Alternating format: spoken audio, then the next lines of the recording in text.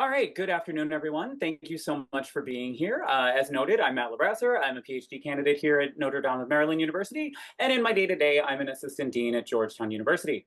And I'm very excited to be talking with you today about representations of higher education in Spider-Man comic books.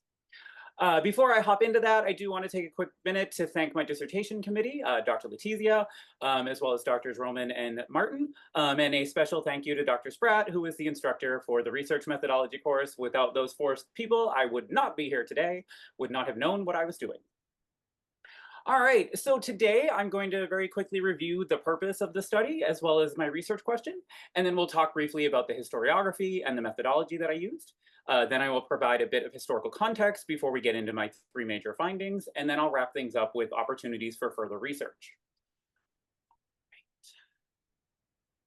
So the purpose of this study really comes down to higher education has been a popular location setting for a variety of storytelling, media, and art for as long as colleges have existed. So it really comes as no surprise that they've been included in superhero comics since their creation of that genre. The creators of the Spider-Man narrative sent Peter Parker to college in the mid-1960s, and for 13 years that followed that, he was given something no superhero character before him or since then had been given: the full run of college, from orientation through graduation. So studying the historical portrayal of higher education in popular culture provides valuable insight into how these institutions were perceived by readers and the American public. And so this study reviewed the representations of institutions of higher education as they appeared in Spider-Man comics during the undergraduate years. So for the historiography, I reviewed the available research on comic books, which spanned a number of disciplines from education to literature and the social sciences, as well as history. And I also explored the history and contemporaneous state of higher education at the time. Additionally, I reviewed the existing scholarly writing on Spider-Man as a character. So building off of the work of Reynolds, who had broadly reviewed the representation of higher education in comics, as well as the work of Thielen, who explored the historical representation of higher education in the media at large, my research fills a gap by exploring the depictions of higher education in superhero comics within the context of the time they were published and following a single character. So for the methodology, I reviewed more than 300 comics, many of which were from my own collection, but also through copies that were obtained through Virginia Commonwealth University's comics art collection. I reviewed each of these comics 4 times or more, each time reviewing for a different purpose, with the first one being for an additional read just to understand the story, with 3 subsequent close reads focusing on the art, the text, the other materials printed in the comics, as well as the interplay between art and the text, given the more unique format that comics represent as a real combination of the two. And finally, I reviewed materials from various archives, such as the Marvel Unlimited, which is the streaming service for comics, and various university archives across the country, mostly digitally though. This included comic books and fan magazines, as well as interviews with the creative teams. In any instance where I was reviewing an actual comic from the Spider-Man era when he was in college, I reviewed an actual physical comic. It was not just a digitized or a stand version. I held the actual comic. So to provide a little bit of historical context, the 1960s are what is referred to as the Silver Age of comics, and this was a time of growth and expansion for the comics industry. They were shifting away from the romance and horror comics of the 1950s and back towards the superhero. And readership had been increasing, and fans were engaging with creators in unexpected ways through the letters pages and at conventions. The 1970s brought with it the Bronze Age of comics, which saw a shift in storytelling towards more street-level characters. These were meant to be more relatable, and the threats were meant to be more realistic. The heroes had more limited abilities and usually a smaller bank account, and they went up against real-world issues like drugs and street gangs and things of that nature. It was also a period where the first and second wave of fans turned creators. These had been people who had been growing up reading these comics, reading Spider-Man, but were now getting the chance to write or draw or edit those same comics. And so they brought with them nuance and character growth that could only come from having read the comics their whole lives. For higher education, the 60s were a period where colleges were growing, both in the physical footprint of the school and in the enrollment. It's also a time when the attention of the American public was on the campus, either from news coverage of student activism or from advances in the sciences. The 1970s saw a slowdown in this growth due to the economic downturn in the US, but the sizes and numbers of the colleges remained largely the same, but not reverting to what they had been in prior decades. So now what did I find? My first major finding was a PhD in villainy. This is covered in chapter 3, and it covers the numerous villains that appeared as antagonists in the Spider-Man comics, all of whom holding advanced degrees. So for a bit more context on this, this really has it's really a trope that has existed since Mary Shelley introduced the mad scientist in uh, Frankenstein, but it served as a template for a connection between science and villainy, and it essentially created a hero versus science narrative that has been portrayed everywhere, but continues to be a recurring plot device in Amazing Spider-Man comics even today. And the hero versus science narrative shifted once Peter Parker began his studies at Empire State University, with the science aspect becoming synonymous with education. This created a hero versus education narrative where Spider-Man villains were typically advanced degree holding individuals or were actual members of the university faculty and administration. The best example of this from the era was a villain known as the Jackal, and he truly embodied the hero versus education theme. First appearing in issue 129, the Jackal remained a central villainous figure for 19 issues. So this was a nearly 2-year run of The Amazing Spider-Man. And it featured a series of villains, both old and new. Some we had seen before, some were brand new, but they had all been hired by the Jackal to kill Spider-Man. Over the course of these years and these issues, readers were left guessing the true identity of the Jackal, with many of the guesses appearing in the letters pages. And it wasn't until issue 148 that the Jackal's identity was revealed to be a character who had been around since Peter's first days of college, his instructor and faculty advisor, Professor Miles Warren. Professor Warren was a presence throughout Peter's undergraduate years, making his first appearance in the same issue where Peter began college. Warren was frequently shown as an advisor or mentor to who cared about Peter and the other students in his classes, often checking in on Peter when he missed classes or was late with assignments, something that was all too frequent because of his day job as Spider-Man. And for 117 issues, from Peter's start at ESU to the revelation that Warren was the Jackal, there are no other faculty or classrooms at ESU shown. Peter and his classmates are only ever shown interacting with Warren.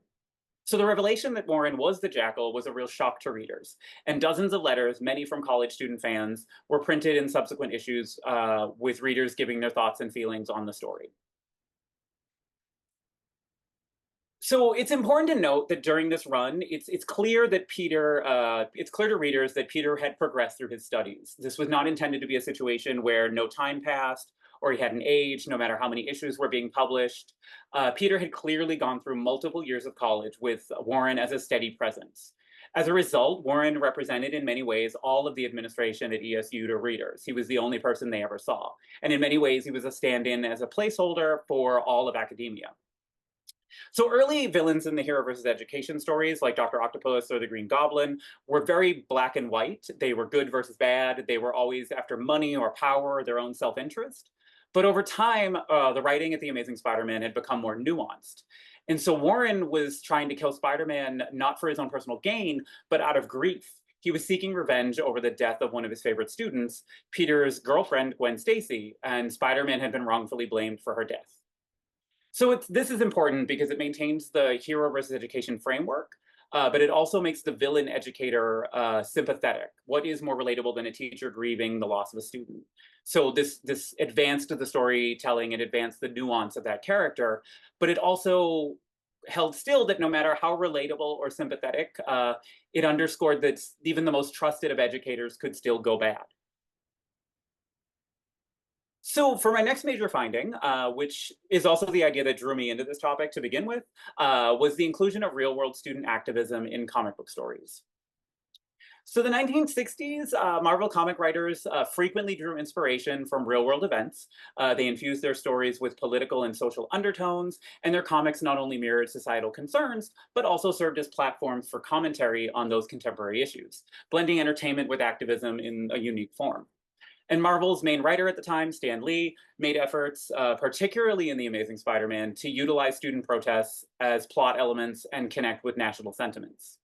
So in 1965, when Columbia University, which was just a few blocks down the road from Marvel's offices, announced plans to purchase Morningside Park, Now, this was a park that was owned by the city of New York, and it represented a geographical border between Columbia University and the Harlem neighborhood, but it was also the only green space for the people living in the Harlem area.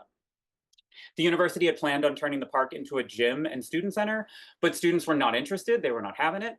They were in opposition to the removal of this community space, and they protested. This called larger attention to the university's expansion into Harlem, the neighborhood, and the displacement of the neighborhood's minority residents. And because they were right down the road, it served as an inspiration for a Spider-Man story that ran for several issues of The Amazing Spider-Man. In the story, students are protesting ESU's plan to demolish the campus exhibition hall, which was a campus community space, and replace it with a hotel for university alumni. So mirroring that, taking away the community space for the privileged few. The student protest subplot of the story allowed for Peter Parker to explore the issue itself, the members of the campus community that had been impacted, and develop his own opinion, taking a detailed and almost pro-protest stance. In the story itself, though, neither Peter nor Spider-Man take part in the actual protests. They are just the viewers' way in. And this allowed for the story to take a stance on the protesting, in this case doing so only when well-informed, but without having to take a stand on the actual issue. They said nothing about the issue, suggesting that while Lee was willing to engage in the protesting as a story element, either he or larger Marvel was not willing to take a stand on the actual issue. But Lee did seem to be adding a moral to the narrative, suggesting that a good person, like the hero of the comic, Peter, knows that it's important to understand the cause before you join in, that you can't just get caught up in the moment and the emotions and join a cause that you don't understand. And this was a time when it was common belief outside of campuses that good students were getting caught up in the movements, that they were joining protests blindly, that they were fighting for or against a cause they didn't truly understand. The idea that the youth of America, particularly college students, were getting swept up in movements could be found in news coverage of the time, particularly when university administrators or parents were being interviewed. And stories like this really placed ESU at the center of the Amazing Spider-Man stories, but unfortunately, these stories were limited. And that brings me to my third and final major finding here, which is college interactions, more specifically, how Peter interacted with the college setting and how the college itself changed in appearance over time. So as I noted, Peter was the only superhero character that I've been able to identify that got the entire run of the college experience from day one all the way through graduation. So he's the only one to have that experience portrayed. And Peter did go to college, but I found that he never truly went to college. With the exception of a few storylines, like the protest stories or the stories concerning faculty as villains, Peter's college was inconsistently portrayed, as was his engagement with ESU. In this first image, which is from Peter's first day of enrollment at Empire State University, he gets the full orientation experience as it was likely the case in the 1960s, starting with a welcome from the dean and ending with him lounging in a chair, complaining about how tired he was. And we all know that from our own orientation experiences. With these images, the images communicate Peter's feelings about his orientation experience and shows readers a seemingly accurate portrayal of the day. The graphic depictions of each activity underscore the reality of the experiences, showing his feelings and his thoughts. But unfortunately, this is the most in-depth and detailed his college experience has ever really shown. From here on in, things get a little bit stepped back, a little here, a little there, but it's very inconsistent. But something that truly stood out was a lack of visual narrative or visual and narrative distinction between Peter in high school, which we see here on the left, and Peter in college, which is shown here on the right. The college classrooms, the college hallways, the buildings, they all appeared very similar to Peter's high school. In high school, Peter's science teacher was named Dr. Warren, and in college, he had a different instructor named Dr. Warren. Both were drawn as middle-aged Caucasian men with brown hair, glasses, and a mustache. And they were so visually similar that a writer who took over The Amazing Spider-Man in the 1980s wrote a story that retroactively made them to be brothers because that was the only way they could both exist. And this consistency of visuals between high school and college remained throughout his early years of ESU, with the school being shown as visually no different from a high school for the majority of issues of the era. And it would not be until the last couple of years of publication when the college campus truly started to emerge. One area that did emerge in the latter publication days was the campus quad. Now, the quad is, we all know, is one of the most iconic images in American higher education. They date back all the way to Cambridge and Oxford, and the early colonial institutions in America, like Harvard and the University of Virginia, were built that way. And the quad is, and in many ways, has always been the center of the college experience, at least physically. And it's typically a green space surrounded by academic buildings and dormitories. And it wasn't until issue 151, which was published more than 10 years after Peter began his studies at ESU, that we finally see that on their campus. In this series of panels where Peter is seen laying in the grass with a stack of books and his girlfriend Mary Jane is relaxing beside him. In the background, we can see that there are other students carrying books and there's a big academic building behind them. The dialogue clearly indicates that they're on campus at ESU and that they're taking a break in between classes.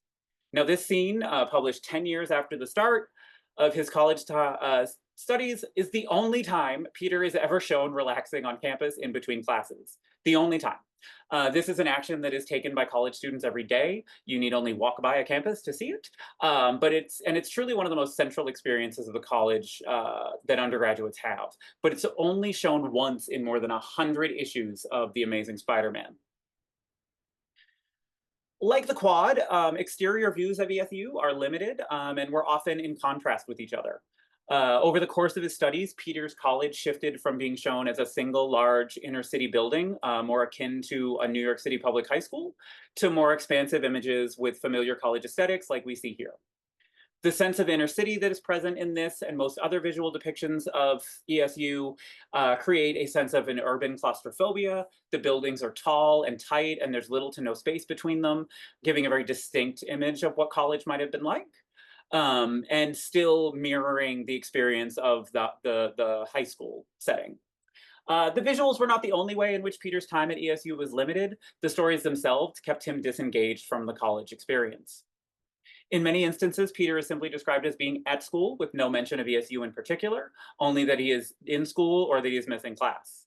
And school is a generalized term that had been used in past issues not to describe ESU, but to describe Midtown Science, his high school. And although this choice of words may have just been a simplified way of explaining Peter's location, it also may have been a deliberate choice. And many issues published while Peter was at ESU, sometimes more than a year's worth at a time, never depict Peter setting foot on campus or studying. ESU was never mentioned, making it easy for his identity as a college student to fall by the side. For most of Peter's undergraduate schooling, he's exclusively drawn in science classrooms, which underscore the idea that he's in school to study science, but that never changes. The trend to show him in a science class is consistent his entire time he's in school. Even when Peter is shown in more traditional classrooms with no lab equipment, the dialogue makes it clear that he's in a science class and the professor he's talking to is Professor Warren. And though it is accurate to depict an undergraduate science major in science classes, the decision to only show this type of classrooms limits the reader's understanding and expectation of what college education could involve. And at the time of publications, Peter's program would have likely included a whole host of other requirements beyond sciences, but they're never shown.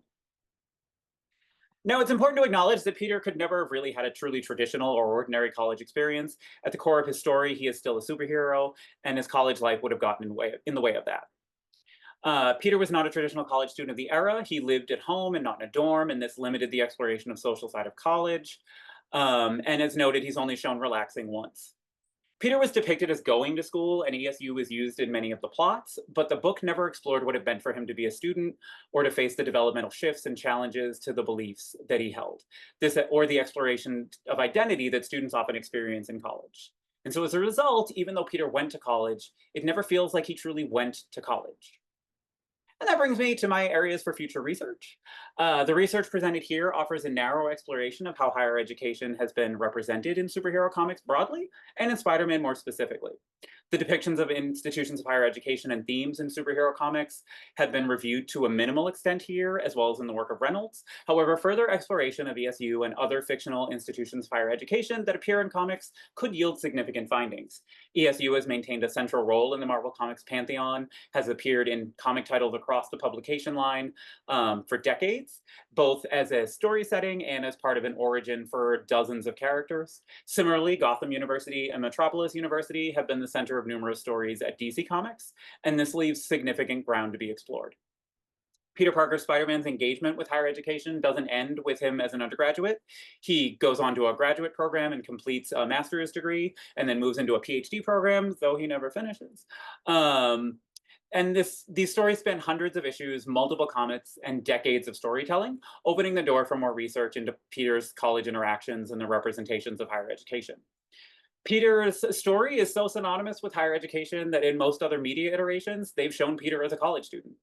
A review of how ESU has been depicted in other Spider-Man media could offer insight into both the importance of the college student status for the character, as well as the accuracy of the depictions of the real-world college experience. In fact, the upcoming Spider-Man movie from the Marvel Cinematic Universe will once again see Peter heading off to college at ESU, and I'm looking forward to writing something about that. And that brings me to the end of what I had prepared for today, so I will now turn it over to you for any questions. All right, thank you. If you can stop screen sharing so we can see everyone. All right, any questions from the committee?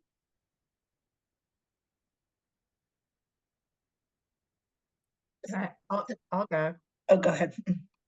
No, you go first, Angela. I'm sorry. Oh, no, either. Well, I mean, I was just laughing out loud through so many parts of that presentation because I'm complete novice with Spider-Man. I was never into comics, but like the way it's connected to the higher ed sector was just fantastic. Thank you. Can you? I'm sitting here thinking about, you know, how the villains were. You were talking about rather consistently faculty and administration. I'm obviously laughing out loud about that. I'm wondering, like, do we think that the author was saying something about higher education institutions, or was this more tied to the counterculture movement and, you know, don't trust anyone over 30, that kind of thing? That's like my major question. My minor question, this is very technical, and I should ask this offline, but I'm just going to ask it. Like, are there any concerns about you using snippets from the comics in your presentation or the draft? Like, did you have to get permission from, I don't know if it's DC or Marvel, I have no idea, but just wondering. Yeah, it's Marvel, and they allow it for academic purposes. Awesome. So I checked with the publishers that publishes books on this topic, and they allow it for academic purposes as long as it's not more than a certain number of panels in sequence. And to answer your earlier question, if it's sort of, it was counterculture or saying something about higher education.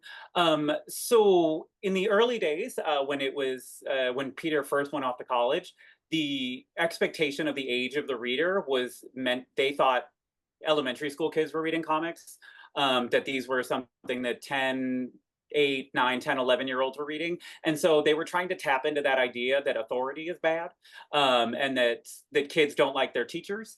And so that's part of why the story, as time goes by, gets a little bit more nuanced, away from that the teacher is initially a bad guy to there's some reasoning behind it.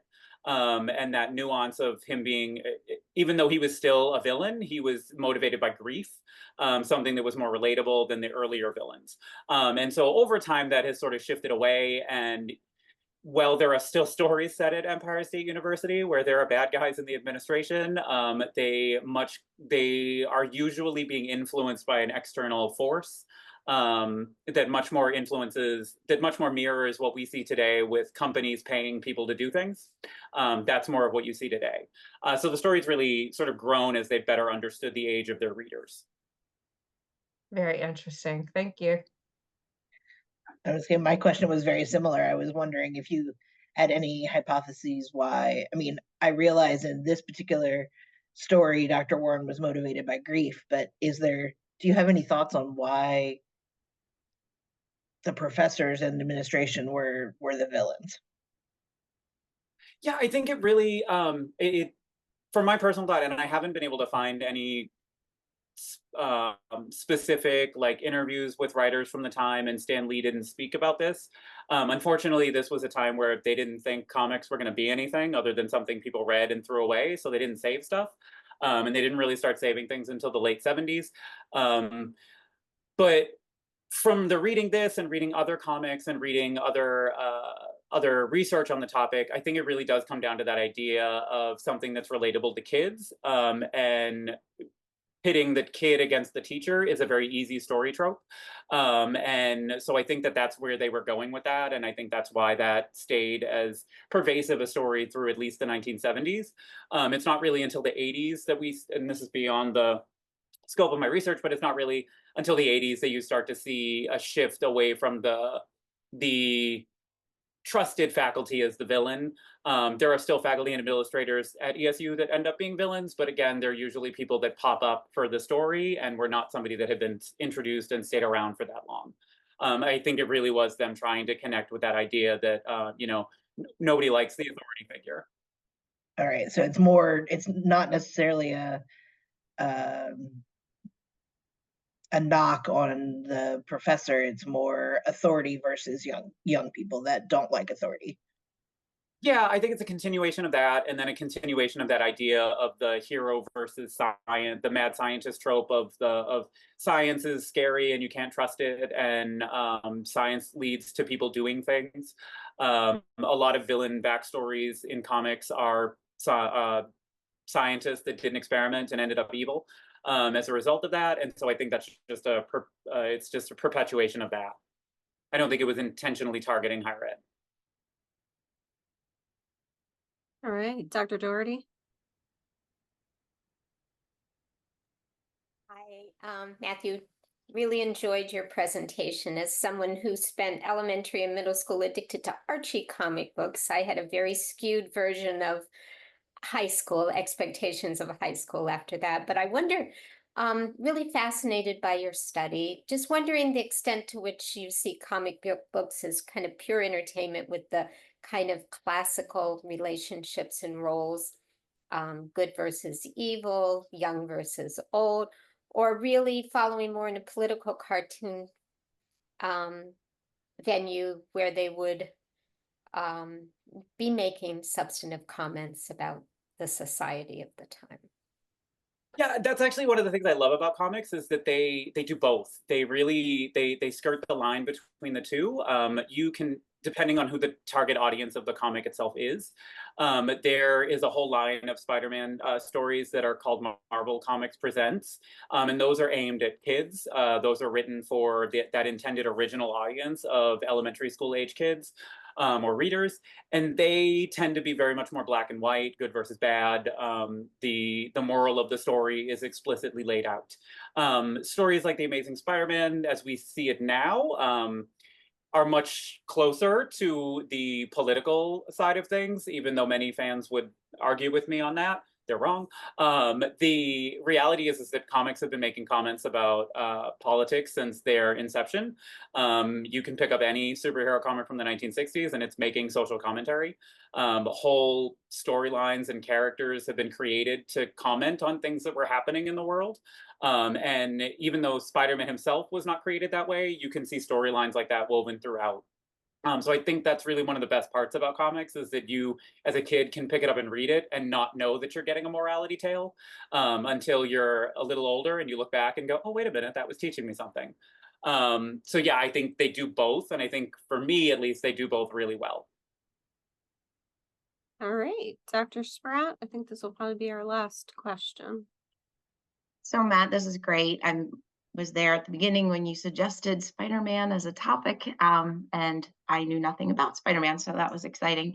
But I'm just curious for you to reflect a little bit on the historical research process. What do you know now that you feel like you learned going through this whole dissertation process? Because it was, I think, a little more probably we had to think about it a little bit more since you were doing maybe a topic that wasn't a traditional historical topic. So if you could just comment on it a little bit. Yeah, I think for me, what was sort of the most challenging was, like I mentioned, nobody saved anything. And the stuff that does still exist was stuff that even like archivists don't save. I tracked down a lot of magazine interviews that were just in like Esquire magazine or a lot of British magazines. And I either had to track those down through libraries or just buy a copy of them off of eBay because I picked a topic and I was researching something that nobody thought mattered at the time, which I think I could go into a very long story about how pop culture does matter. But I think that is, for me, was one of the more challenging pieces. But it also taught me to look in interesting places, and to not just, go to the traditional, let me look at the archives and see what somebody said. There's a whole archive of Stan Lee's stuff that was donated, but he didn't save anything useful from that era. But I found a lot of useful stuff in other unexpected places, particularly in like the letters pages of the comics. You would see letters in there from people saying, I just read this interview in this magazine. And so I had to figure out, okay, this letter would have been written 3 months before the publication. So they're talking about an Esquire issue that would have been a month earlier. So let me do some Googling and figuring that out. So it turned me into a little bit of like a detective in that way, which was kind of fun. But it definitely, it taught me some of the frustrations of research in this area, how hard it is to find anything, but also how you can extrapolate a lot from just a single item. Great. That's great. I'm glad that it worked out, the whole project. Me too. It's a ton of fun, and thank you for all of your help. Mhm.